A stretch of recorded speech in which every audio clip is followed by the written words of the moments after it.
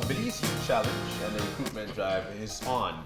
In with us to tell us more about it is actually Corporal Ivan Locario, who is Captain. Thank you.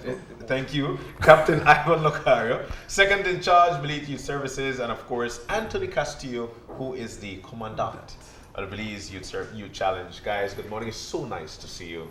And we spoke about this conversation, and I could recall we were right here, and the excitement of the situation. And now we're actually going into recruitment again. Yes. Wow. How big is this? Let's talk about it. Let's dive into it. All right, sure. Morning, John. Morning, Marlene. Yes. Thanks again for the opportunity given to us to share about the Belize Youth Challenge. Very exciting program. Yeah. I'd like to go back a bit. What is the Belize Youth Challenge? The Belize Youth Challenge is a program which is operated by two ministries. The Ministries of Human Development through the Community Rehabilitation Department and through the Ministry of Defense through the Belize Defense Force. Yeah. So it's a combined ministry. It is geared for young persons between the ages of 15 and 17 who may be at risk of running into conflict with the law or who may have behavioral problems. Do we have these young people in Belize? That's a good question. So this is ideally to catch them before they get involved in a life of crime. Yeah, right. Yeah? Yeah, precisely. We expect young persons to be in school up to the age of 14. Yes. So at 15, for whatever reason, they may not be attached to school or any organization. And these are the set of young men who may run into conflict with the law. So we catch them at 15. Yeah. Between 15 and 17. We recruit from all over the country, from PG to Corozal. We are now in our second segment, our second cohort of young persons. We did a first last year, and we graduated 22 young men. And how was that? Let's talk about what happened last year and what we're looking forward to for this year. Last year was the first group of young men for the Belize Youth Challenge. We had quite a bit of dropout for last year, but 22 young men remain in program and they completed. It is actually a 2 years program. 1 year residential at the facility at mile 21, and the other year is outside doing either you're in school, you're at the IT vet, you're in employment, you joined the BDF. But through our social workers and community development officers, we follow these young men for a complete year. So although they're out since last year, we give them support through our social workers and through our community rehabilitation officers. And I must say, from the 22 young men who passed out last year, 21 are gainfully occupied. Oh, wow. Either in school, and it's because we lost the other one. The other one, we lost no communication, right? And hopefully with our social worker, we'll track him and get him back. Like one last sheep, we need to bring him back. How do you find the young people for this program? How do we get them? Yeah. Do they volunteer, or do you have people in the community who say, try to talk to this guy to get him in? Well, in every district there are CRDs, community rehab, and they know some of the young people in their community that need that change. Yes. So through that ministry, we would work with them. They would do recruiting for us throughout the year, and around this time, Belize Youth Challenge would go out and do their own recruiting and partner with them so we can find these young men and get them into the school. How do we get to them? We would go out, we'd firstly do a presentation. So last week and this week, we have a team traveling around the country doing presentations. Later next month, we'll go out and we'll do interviews with those who have applied. Yeah. And they'll be pushed through a database, whether they're low risk, medium risk, or high risk. How many do you expect to take in this recruitment? We could take as many as 50. Okay. As many as 50. But you need to be medium or low risk. High risk would not work for a program. This is a voluntary program. Okay. You're here because you want to be there. And it's based on discipline, right? And we use the military style discipline. Wow. Right? So it's Which not, is what? That's why I heal you. Laugh at me. I don't know, that's why I asked. Well, what we It's first try to time do, and- we try to instill in them the discipline through time, through drill, through teamwork. Okay. We show them that working as an individual can sometimes work. Yeah. If you want to go the distance, go by yourself. So have we But seen? if you want to make things happen, you got to work as a team. Have we seen, because so with some of the pictures that I've seen, I noticed some agricultural crops. Yeah. And for last year, which was the first, and I feel so proud, especially knowing that following 22 passing out, 21 occupied as we speak. Yep. Were there any high risk in there, and was any of these high risk a part of the 21 that passed out? Yes, we did. Let's talk about some of the lifestyle and some of the success story that we've seen there. I mean, after 21 being occupied, Yeah, that's 21 like, out of 22 is a 21 great out of- that's indicator. great, but Congratulations. One of the things that I like, especially, and I think this is a good way for folks to see, yes, something really can happen. Give me a success story. All right. For instance, we have this young man who would come in, like real attitude, right? He's used to going to bed when he wants, like maybe midnight or beyond. He'll wake up when he wants. He will eat when he wants. When you come into this program, you are told when to do everything. Now, the cadre of BDF soldiers, they are the one who will instill this discipline. So it's time to get up. Then the young man will rolling in his bed, refuse to be out, right? He will stand up and he'll eyeball a soldier. Now, in the army, you don't do that. You don't do that. Right? Now, here are the guys now who need now to restrain. Yes. Hence the reason, even before this program began, we took our soldiers to Louisiana to get some training as well on how to deal with these young men. Yeah. Because the army operates different Yeah. from us as civilian. I come from a social work counseling background, but these guys are on the other end, right? But these are the guys who know will instill this discipline. And for us, when we see this young man from eyeballing the soldier and refusing to take command, by the middle and the end of the program, this young man have transformed. That's a success story. Of course. Yeah. That is a success story. But even when they go home to their parents, yeah. parents would come back and, what did you do This to where my we child? He's so different. I can't believe it. You have parents calling us, coming over, meeting us on the street and talking to us like, wow. Yeah. Captain It's Locario, that's working. such an important point. When kids grow up without boundaries, they don't learn how to self-regulate their own Yeah, selves. correct. And I think what Mr. Cass said is so important. In your line of work, in the BDF when you're training, if you can't cut it, you're out. That's just what it is. Yeah. But you want these We young want men them to to have stay. the discipline, but Correct. stay in the program. Correct. How do you balance it out? How do you balance that And- eye roll and say, okay. And that's the difference with us. Yeah. The screening is tight. So once we accept you into the program, the last thing we will do is kick you out. We will not kick. We will work with you. We work with right? you. And here is where our social workers and counselors come in, and we have to counsel with these guys almost continuously, right? And that is key for us. And some of Because- these people never had rules before. So we use the basis of logic. Yeah. Premise, conclusion. Or you can live in fallacy. Yeah. So we break that down to them. If you do this and this is the result. Yeah. But if you decide that you want to do what you want, commit to crime, this is where you go. Yeah. Bear in mind also that we bring in guys from prison to talk to them. Wow. We have members of the Belize Defense Force come in, the Coast Guard come in, police department, they come in. We have different social entities would come in. NDAC. The youth department. Any of these guys planning on being a part of our security forces? Yes. Now Yes. following that training? As we speak. So sweet. As we They're like, speak. when is the next Fantastic. intake? It is Talk a about good this thing. last year. And the ministry have committed, your ministry, Yes. Ministry of Defense, that the guys in our program will be exempted from certain things, right? They have, Because to, they've already done some they have to training. go through the rigors, right? All the training, right? But certain initial exams, it will be.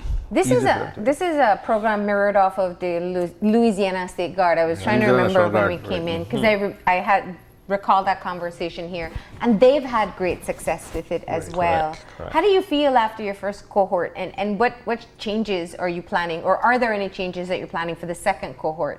All right, we are With now lessons learned. we are now in the second cohort. Yeah. For us, resource could be a challenge. When we look at what happened back in Louisiana, we are just a small country with limited resources. But I think we're doing very well with the limited resources that we have. What we'd like to do is to expand. We are sure that there are a number of young persons out there who could benefit from this program. Yeah. At this time, we could house about 50. Our dream is to expand this program to double that amount. Yes. Right? That we could offer more. Too many of these young persons are out just hanging out on the base and getting involved with all the negatives. The dream for us is to expand this program and let more young persons benefit from these services. Make it a better Belize for us. What have you learned working with these medium risk and low risk population? They need help. They need help now. And from the 2 intakes that we've had, these guys also want to change. They don't want to live that life of crime. They don't want to be in violent situations. They don't want to go to jail. We would have one-on-one with these guys and they would tell you, sir, you know what? I don't want to do this, but that the all way there for do. Yeah. It's a very Yeah, sobering I know. thought. Yeah. It actually plays out in mental listening to conversations from these young men. Now, what happens to high risks? Because that parents would tell you, man, I know that my child might not be medium or low risk. He's a high risk, and I need forward for him. I don't want to see him on the street just dead. I want for him to become somebody, and I think that you guys can help. What happens there?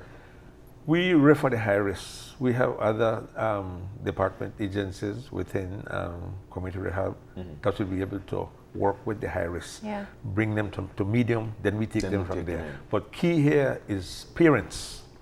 The parent may want this young person to join the program, but the young person also want to be in the program. He needs to want. There's a want from him. It's not only what the parent want, but he also is willing to come into the program. Once he's willing and the parents are willing, then leave the rest to us. Yeah. We'll Because keep him there. effective change has to come from within. You can't force them to change. Exactly. Yeah. Exactly. What's been the greatest turning point for the young men that you've seen so far? When you have that change of attitude. Yeah. The first 2 weeks to a month, I know depend that. Whatever you say, blah, blah, blah. And then after like the 3rd month, you're noticing, sir, what can I do? Can I help you with that? Wow. That's like the clouds gone and the sun come out. That's amazing. So what about within the span, the first year, because it's 2 years, right? Right. Yeah. Within the first year that they're there, or within those 2 years, what's the that parental them and parent meeting? How is this? Very good. We encourage the parents to come and visit. Now you visit, we have them by squads. We have 4 squads. So squad 1 will have visitation this weekend. So only squad 1 parents will be allowed to come in. We can't house everybody at the same time, right? So they come in by squads and we encourage them to come on days to visit. Then we actually have family day when all the Everybody could come. Everybody comes in and interact. And it helps a lot. There are days when they have family days and for whatever reason a parent cannot come in. It affects that young person.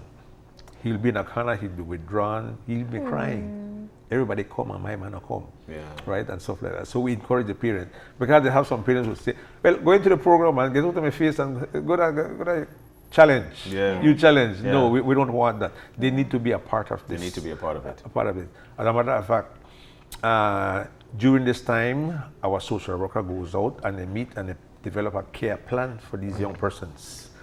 Develop a care plan. Yeah. When you're complete with Belize Youth Challenge, what do you want to do? All right. Some may need to go to high school. They barely finished standard 6. Some didn't. So while they're at Youth Challenge, they get a chance to do their PSC.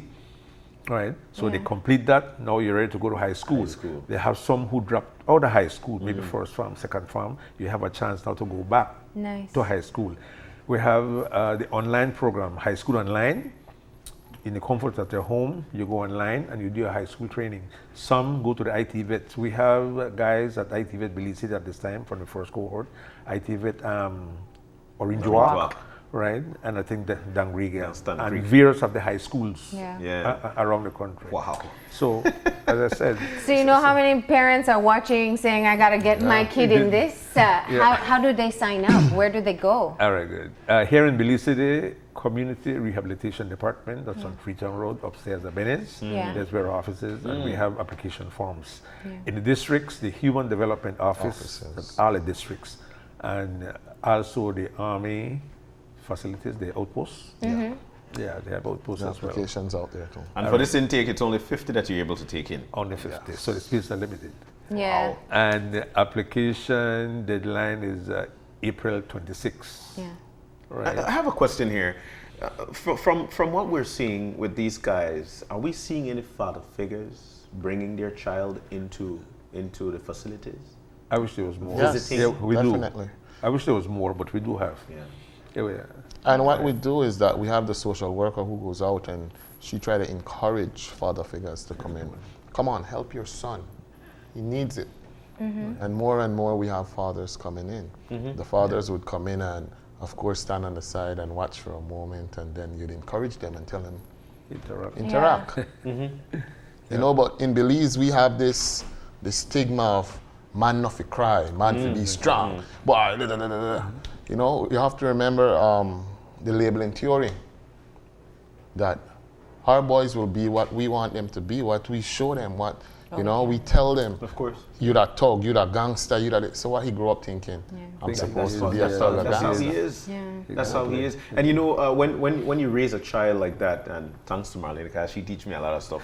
You know, one of the things that happens, we remove that empathy from the child. We remove the child to show his real inner feeling, you know, and then, you know, he thinks otherwise, not having him wanting to do a lot of the things that is necessary within his community. When it comes to the agricultural part of things, I like agriculture. When it comes to that, how do they own up to it? How do they gain from it? What do they gain from it? As I said, they're placed in groups, and each group will be assigned a plot of land, right? So this is your plot. Then you'll need to develop that. Then we have seeds available. Then there's competition right within themselves. All right, group one will be planting cabbage, right? I saw that. Along with carrots, right? The other one will do cilantro, and varying small crops that they will do, and that develop the teamwork. Develop responsibility, right? teamwork, all these things. And whatever that's a you money-making skill. and what you produce goes to the kitchen. So eat what you make. Yeah, you have to eat what you produce. What you You know, produce. you both had the experience to know about the program in Louisiana. They talked about how successful they were. What's been the surprising element for you on the ground actually working with these young boys? What did you not expect to happen that happened? For me, is the discipline aspect. Yeah.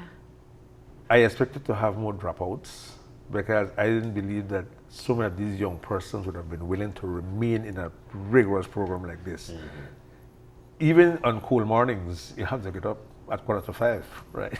That's a part of the task. So when these young persons have been hanging out late night, waking up whenever he wants, when you come into this program, I expected to see more dropouts, right? But the young men have surprised me. They remain in the program and they're willing to make that change, as Captain said, and they comply. So for me, that has been the area. I expected to see more dropouts. Right? For me, one of the things that surprised me was that a couple of them said over the Christmas holidays, "Sir, is there any place else you could place us over the Christmas? Because I don't want to go back to that environment." Yeah. And I was like, okay, what do we do here? We didn't plan for that. So I think in our next plan, we'll have to look at something like that. Yeah. So I was like, okay. They don't want, they want an escape. They see, they know the challenges of going back into the base, right? And for this intake, we began with 39. We have 34 at this time. 34 at this time. That's a great retention rate. I know, right? Yeah. This 34, 50 we're expecting for the next intake. Right. And again, the age range?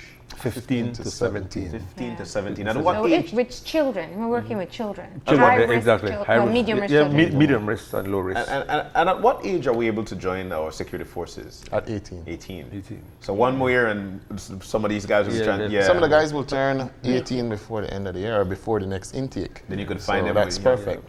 You could find them in the year wing area. You could find them in the medical area. You could find them in the. Now you see. Or helping you out right back at the youth challenge. That would be amazing.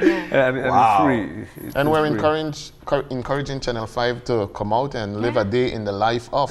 I was thinking about it when he was telling me those 4:45. I mean, it's a male program, so I don't know. Yeah, John get hand dirty a little bit. No, he'll know what to do in the farm. Yeah, you know what to do. But this is such a great program, and you know what? You have really, I think, tapped into perhaps an area that was underserved for a while. Yes. capturing young boys before they venture into a life of crime, or perhaps make decisions that will make life more difficult for them as an adult. And I think the numbers that you're quoting and some of the things that you're seeing and hearing speak for themselves. That these young men want change, that these young men aren't happy with the environment that they're in, and they want to have a better future. And I think you're starting to set them off on that track. What I didn't make mention of is that each young person who comes into the program also brings a mentor, right? So the mentor assists to follow them as well. So at the end of the program, you have that support behind you. You have the social worker, you still have access to your counselor, your community rehabilitation officer, along with your mentor, right, to help you to succeed. Okay. Right. And our young people need all these supports, of course, right? Because the challenge continues. As I said, once they left BYC, then they're out there, right? So you need as much support as possible. Is there a fee for being in the program? No, it's free. Everything is free. Everything is free. From registration through to the end. They live with you for 1 year, free of cost. Free of cost. Yeah, we feed them and everything. Everything. They grew what they need to eat. See what I Deadline is April 26. Okay. And then the new program begins on August 26. Right. So Well, we're encouraging parents and young persons come and Bring your boys. we'll Take them. and you help encourage them too, especially Come if and the accept parent the is the one challenge. bringing it. Belize Youth Challenge, working with children from 15 to 17. The application period is now open, and the deadline is April 22nd. Don't miss it. Obviously, what you're saying, we're seeing great results, and we want to wish you the best of luck as you continue with this program. Thank you. Thank you. I want to say thanks to the staff up there too. They're doing a great job. You think they'll watch right now? Some of them. All right, guys, thank you so much. We're going to go ahead and take our final break, and when we come back, we'll have our wrap-up. So stay